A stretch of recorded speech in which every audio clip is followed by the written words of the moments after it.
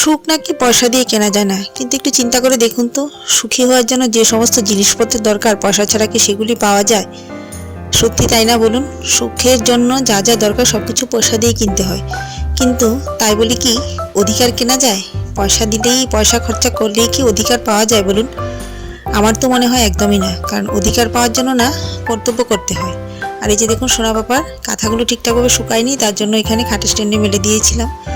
আপনি যখনই কর্তব্য করবেন তখন দেখবেন অধিকার পিছু পিছু এমনিতেই চলে আসে, খুঁজে নিতে হয় না। পয়সা দিয়ে কিন্তু অধিকার একদমই কেড়ে যায় না। একদিন দু পয়সা খরচা করে তারপর অধিকারের দাবি করা, সেটা কিন্তু একদমই ভুল কথা।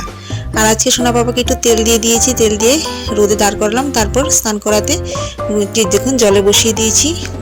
আর জলটা কিন্তু হালকা গরম, আগে গাটা ধুয়ে তারপর মাথায় জল দেবো, নাহলে বেশিক্ষণ মাথায় জল থাকলে ঠান্ডা লেগে যেতে পারে। এই যে